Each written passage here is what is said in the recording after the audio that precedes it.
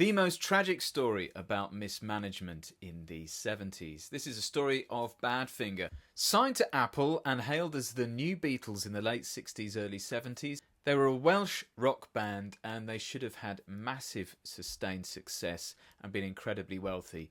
But what happened to them and the mismanagement was truly shocking. After breaking onto the scene with some success, Badfinger wanted to get up to the next level. New York businessman Stan Polly signed Badfinger to a management contract in 1970. Polly established Badfinger Enterprises Incorporated, which had numerous contracts attached to it to the band. Income from touring, recording, publishing and even songwriter royalties would all be funneled in to this company. Polly set up a salary arrangement for the band, so he'd be paying them out a small amount every month, and they later complained that this was inadequate compared to their gross earnings. Polly's management contract also demanded 2 albums per year. Badfinger did have 2 songwriters like the Beatles, Pete Ham and Tom Evans, but keeping up with 2 albums a year was going to be a stretch.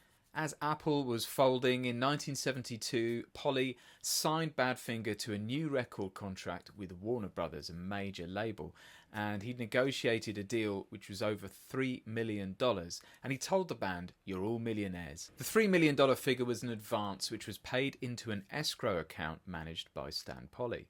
By 1974, even Warner Brothers were concerned and they filed a lawsuit against Stan Polly because they could not locate the money. Millions in dollars had gone missing and the band was going bankrupt.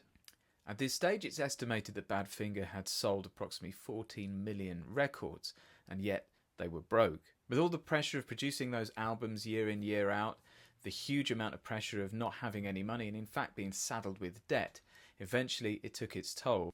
In 1975, Pete Ham very sadly took his own life. He left a note for his wife, and at the end of the note it stated, "Stan Polly is a soulless bastard. I will take him with me." Tom Evans carried on with the band for a few more years. However, he was really suffering as well with depression, and in 1983 he too took his own life. Pete Ham and Tom Evans left a legacy of wonderful songs. Today, Without You is considered one of the most lucrative songs in pop history, accumulating over $40 million. Ham and Evans should have been set for life. Instead, they were saddled with debt as a result of Stan Polly's actions. Some consolation in 1985, a law case from the families of Ham and Evans managed to finally get a ruling in their favour, and they got the royalties returned to their estates. Incredibly sad tale, and just goes to show that this kind of fraud can really ruin lives. Well, I can't forget this evening, your face as you were leaving, but I guess that's just the way the story goes. You always smile, but in your eyes your sorrow shows. Yes, it shows.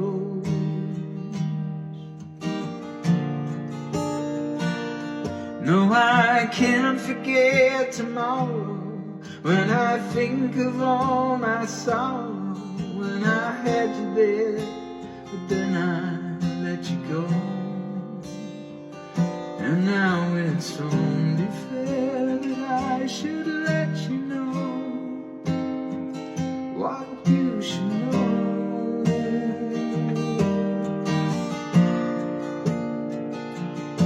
I can't live if living is without you.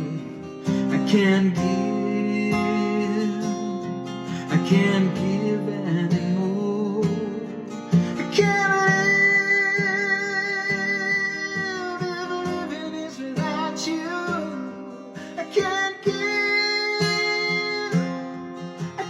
give anymore.